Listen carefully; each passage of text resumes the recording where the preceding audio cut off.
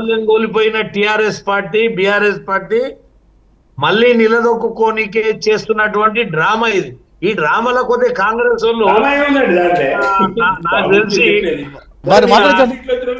Owner గారు రాయండి, మీకు ఇస్తా ప్లీజ్. ఓనర్ గారు మీకు ఇస్తా. ఆచార్య గారు మాట్లాడు. ఆచార్య గారు మాట్లాడు. కాంగ్రెస్ వాళ్ళు కూడా పాపం కొత్తగా వచ్చిర్రు, 1-2 months అయింది. వాళ్ళకు ఊపిరి మెసలకుండా వీళ్ళు చేసిన తప్పులన్నీ వాళ్ళ మీద దొబ్బుదామని టిఆర్ఎస్ పార్టీ అనుకుంటున్నది. కానీ ప్రజలకు వాస్తవం తెలుసు. ఇవాళ కాళేశ్వరం ప్రాజెక్టు తోటే బిఆర్ఎస్ పార్టీ ఖతమైంది. ఇంకా ప్రజలకు అర్థమైంది. ఇంకా బిఆర్ఎస్ వాళ్ళకి అర్థమైతలేదు దీని మీద. మేము ఒకటే చెప్పేది, తెలంగాణకు రావాల్సినటువంటి వాటాని తీసుకోవడంలో ఏ పార్టీ కూడా వెనక్కికోదు. తెలంగాణలో ఆల్ పార్టీస్ కూడా ఒక్కటై మనకు రావాల్సినటువంటి మనం తీసుకుంటాం. అంతేగాని నేను బిఆర్ఎస్ గతంలో కృష్ణా ట్రిబ్యునల్ కు ఎన్నిసార్లు మీటింగ్ కు రాకుంటే పదే నోటీసులు పంపించింది. దాన్ని ఒక్కసారి వాళ్ళని తెలుసుకోమనండి. వాళ్ళు చేసిన కాలయాపన సమయం అయిపోతుందని చెప్పి కోర్టుకు పోయినరు. మళ్ళీ కోర్టుకు పోయిన దాన్ని కేంద్ర మంత్రులు వచ్చి నచ్చజెప్పి దీన్ని ఏ రకమైన పరిష్కారం చేయాలని కేంద్రం ఆలోచన చేసింది. ఇవాళ అటు ఆంధ్రప్రదేశ్ ప్రభుత్వం కానీ ఇక్కడ ఉన్న కాంగ్రెస్ ప్రభుత్వం కానీ రెండు కూర్చొని మాట్లాడుకొని న్యాయబద్ధంగా పరిష్కరించుకుంటే తప్ప ఇదేదో కేంద్రం బలవంతంగా చేస్తుందని అనుకోవడం ఇది మూర్ఖత్వం. సమన్వయంతో కూర్చొని చేయాల్సినటువంటి రేపు నల్లగొండలో ఒక్క నిమిషం రైట్. ఇవాళ అసెంబ్లీలో చర్చ జరిగిందండి. ఓనర్ గారు అసెంబ్లీలో ఇవాళ ఒక్క నిమిషం ప్లీజ్. ఓనర్ ఒక్క నిమిషం. ఇవాళ అసెంబ్లీలో చర్చ జరిగింది. హరీష్ రావు గారు మాట్లాడారు, సీఎం గారు మాట్లాడారు, బట్టి ఉత్తమ్ వాళ్ళంతా మాట్లాడారు. సో కేఆర్ఎం మీద క్లారిటీ ఉంది. ఒక నిమిషం తీర్మానం చేశారు. రేపు నల్లగొండలో కేసీఆర్ గారు ఏం చెప్పదలుచుకున్నారు? ఆఫ్టర్ 1.5 months 2 months తర్వాత వారు జనంలోకి వస్తున్నారు. ఒక క్యూరియాసిటీ ఉంది, ఆసక్తికరమైన చర్చ ఏం చెప్పదలుచుకున్నారు? సార్ ఈ 2 నెలలలో జరిగినటువంటి ఈ కాంగ్రెస్ ప్రభుత్వము ఇస్తున్నటువంటివి ఇవ్వలేదో, లేకపోతే రైతు బంధు అందరికి రాలేదనో, లేకపోతే వాళ్ళు చెప్పిన డేట్ల ప్రకారం రానటువంటి అంశాలని ప్రజల ముందు పెట్టి రేపు ఎంపీ ఎలక్షన్ లో ఓట్లు దండుకోవడానికి ప్రయత్నం చేయడమే నల్లగొండ సభ. రైట్, ఒక్క నిమిషం అండి. రైట్, వాళ్ళ పార్టీ గురించి వారు చెప్తారండి. రేపు కేసీఆర్ గారు ఏం చెప్పదలుచుకున్నారు?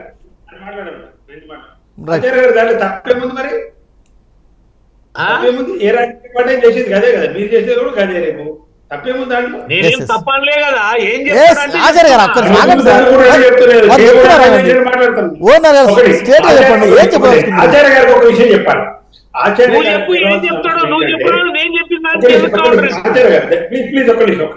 ఆచార్య గారు గమనించవలసిన లక్షలు పాలు. ఒకసారి అసెంబ్లీకి నిలబడ్డారు, తక్కువ మార్జిన్తో ఓడిపోయినారు. చట్టాల గురించి మీరు మొదటగా దయచేసి నేను చెప్పింది 1956 అంతర్రాష్ట్ర జల వివాదాల చట్టం అని 56లో చేసింది. ఇరు రాష్ట్రాలు కూర్చొని ఎప్పుడు పరిష్కారం చేసుకో ఆచార్య గారు. భారతదేశంలో జల వివాదాల చట్టము స్వాతంత్రం వచ్చిన కొత్తలో 56లోనే చేసింది.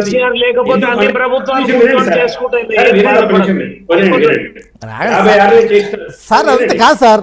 సార్ ఆచార్య గారు ఏమంటారు? నరసింహారెడ్డి గారు రేపు కాదండి రేపు తెలంగాణ సమాజం ఆసక్తి కాదండి. అసెంబ్లీ ఎన్నికల తర్వాత కేసీఆర్ గారు ఫస్ట్ టైం బయటకు వస్తున్నారు. ఫస్ట్ టైం ఒక పబ్లిక్ స్పీచ్ ఇవ్వబోతున్నారు. తెలంగాణ సమాజం ఆసక్తిగా చూస్తుంది. రేపు సార్ ఏం చెప్పదలుచుకున్నారు కేసీఆర్ గారు? ఒకటండి, కేసీఆర్ గారు ఈ సభ పెట్టిన ఉద్దేశమే కృష్ణా నదిలో మనకు రావాల్సిన న్యాయమైన జల వాటాల గురించి ఇక్కడున్న కాంగ్రెస్ ప్రభుత్వం కేంద్ర ప్రభుత్వం మీద కొట్లాడడానికి వెనకాడుతుంది. కేఆర్ఎండ్బికి ఇక్కడ ప్రాజెక్టులు అప్పగిస్తున్నది. ఆ ఉద్దేశంలో జనాన్ని మళ్ళీ ప్రజలు ఉద్యమించడానికి సిద్ధం కావాలి. దక్షిణ తెలంగాణ మొత్తం ఎడారిగా మారబోతుందని చెప్పి కృష్ణా జలాల వాటా కోసము మళ్ళీ ఉద్యమించడానికే రేపు రైతులతో ఇక్కడ మీటింగ్ అసెంబ్లీలో తీర్మానం చేశారు. ఆ తీర్మానానికి మీరు కూడా ఒప్పుకున్నారు. కేఆర్ఎంబి అంటే కేంద్రానికి అప్పగించేది లేదని మళ్ళీ సభ ఎందుకని? అదే మేము సభ డిక్లేర్ చేసినాం కాబట్టి ఒప్పుకురండి.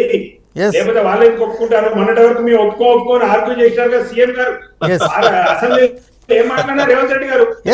అందరు చూసినారు. మేము సభ పెట్టి కేసీఆర్ ఒక డేట్ పెట్టకనే కదా ఇలా ఇమ్మీడియట్ గా తీర్మానం చేసింది. మరి అది political సభ మొదలైనట్టుగా decision. తీర్మానం ఆచార్య గారు, చేస్తే ఆచార్య. కాంగ్రెస్ కృష్ణా జలాల కొరకు మీటింగ్ పెట్టలే, సభ పొలిటికల్ పెట్టేవారు ఇక్కడ వంకు పుట్టింది కాంగ్రెస్ పార్టీ వాళ్ళకు. అందుకే సభ మీటింగ్ పెట్టి ఇవాళ తీర్మానం Yes, sir, ఇస్తారా.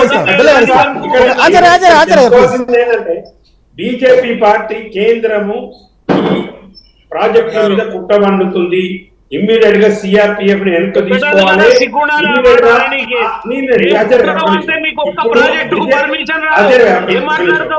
ఒక్క నిమిషం ఆచార్య గారు, ఆచార్య గారు పదాలు కాదండి.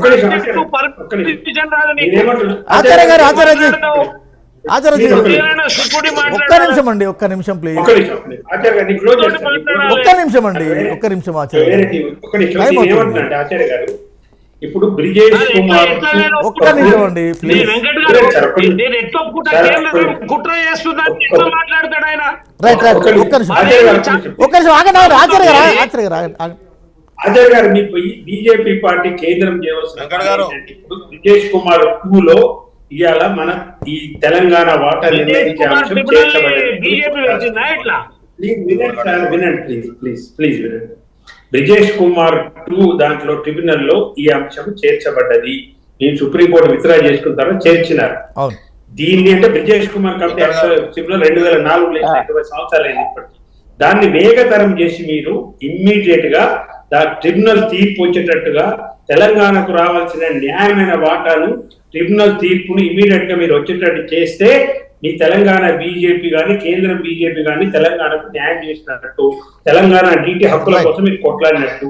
మీరు చెప్పితేనే ఇది జరిగింది కాబట్టి ఆ ట్రిబ్యునల్ ని వేగవంతం చేయమని ఇలా కాంగ్రెస్ పార్టీ, కాంగ్రెస్ ప్రభుత్వం, ముఖ్యమంత్రి రేవంత్ రెడ్డి గారు కూడా నా విజ్ఞప్తి, బెల్లయ్య నాయక్ గారికి కూడా నా విజ్ఞప్తి, దయచేసి ఆ ట్రిబ్యునల్ లో ఉన్న దాన్ని వేగతరం చేసి మన న్యాయమైన వాటాను తెచ్చుకోవడానికి మనం ఖచ్చితంగా కేంద్రం మీద ఒత్తిడి తేవాల్సిన అవసరం ఉందిగా నాకు. Thank you. పుల్లారావు గారు, చివరగా పుల్లారావు గారు, బిల్లయ్య గారు మీరు ఇస్తున్నా బిల్లయ్య గారు ఇస్తున్నా రైట్. అంటే నల్లగొండ వేదికగా, దక్షిణ తెలంగాణ వేదికగా బీఆర్ఎస్ మరో ఉద్యమాన్ని పుట్టిస్తుంది. ఉద్యమాల నుంచి పురుడు పోసుకున్న ఆ పార్టీకి ఉద్యమాలు కొత్త కాదని, మరో కొత్త ఉద్యమం, మహా ఉద్యమం వస్తుందని రేపటి బహిరంగ సభ ద్వారా ఆ పార్టీ చెప్పబోతుంది. ఓవరాల్ దీని ఈక్వేషన్ పార్లమెంట్ ఎన్నికల ముందు ఎట్లా చూస్తారు మీరు పుల్లారావు గారు? ఏంటంటే అది ఒక అవకాశం ఆయనకు వచ్చింది. ఆయన నేను ఎందుకు ఓడిపోయాను, ఇలా ఓడిపోయినా ఏం చెప్పుకోకుండా ఇది ఆయనకు ఒక మంచి అవకాశం ఇచ్చారు. ఒక డైవర్షన్గా ఆయన హ్యాపీగా మాట్లాడిపోవచ్చు. ఎందుకు ఓడిపోయిన చెప్పక్కర్లేదు. ఆయన చెప్తాడేమో రేపు చూడాలి. నేను ప్రిడిక్ట్ చేసేది ఏంటంటే ఆయనకు మంచి ఇష్యూ ఇచ్చారు ఈ టెన్షన్ వల్ల. ఇది న్యాచురల్గా రేపు అదే దాని గురించి మాట్లాడతాడు. ప్రజలకు ఏంటంటే మనకు తెలియదు ఏమున్నది, ఈవేళ టీవీస్ ఏంటి, సోషల్ మీడియా ఏంటి, మైండ్ ఎక్సెస్ అయిపోతుంది. ఇన్ఫర్మేషన్ అస్తమానం వస్తుంది కాబట్టి వాళ్ళు డైవర్ట్ అవుతారు ఒక రోజుకి. తప్పకుండా ఆయనకు అడ్వాంటేజ్ అంటున్నాను. ఎందుకంటే మీరు ఆయన్ని ఐసోలేట్ చేస్తా అన్నారు మీ టాప్ లీడర్షిప్ కాంగ్రెస్ పార్టీ. అది చేయట్లేదు కదా. ఆయన ఏదో అన్యాయం అయిపోయింది అది మాట్లాడుకోవటానికి రేపు అవకాశం ఇస్తున్నారు కదా. ఐసోలేషన్ అంటే ఏంటి? ఆయన మళ్ళీ తెలిసి నువ్వు లేవట్లేదు, నువ్వు పని చేయట్లేదు, నువ్వు రాలేదు, క్రియేటింగ్ ఆయనకు ఆపర్చునిటీస్ క్రియేట్ చేస్తున్నారు కదా. కాదని ఎలా చెప్తారు చెప్పండి. ఎస్ బెల్లయ్య గారు, రేపు మీటింగ్ ఎట్లా ఫేస్ చేయబోతున్నారు? మేము ప్రజలు చూసుకుంటారు వెంకట్ గారు. రెండోది, నక్కాగండి ప్రాజెక్టు ఎందుకు కంప్లీట్ చేయలేదో రేపు మాజీ ముఖ్యమంత్రి గారు నల్గొండ ప్రజలకు క్షమాపణ చెప్పాల్సినటువంటి అవసరం